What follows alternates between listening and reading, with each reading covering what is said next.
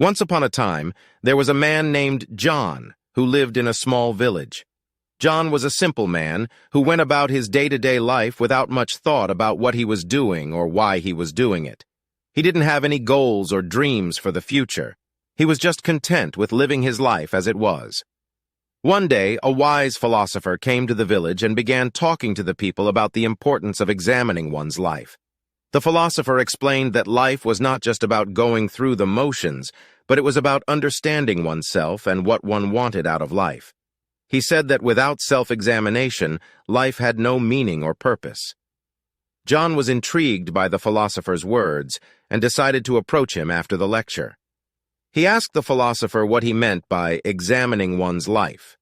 The philosopher replied, "It means taking a good, hard look at your life and asking yourself what you want to accomplish, what your values are, and what makes you happy.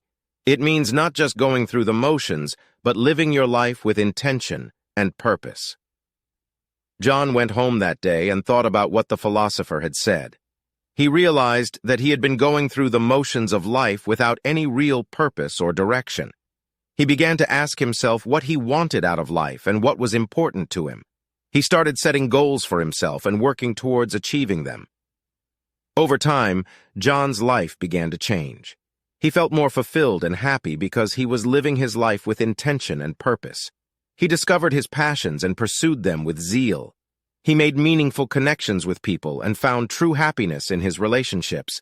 He realized that without examining his life, he would have continued to live a life without direction or purpose.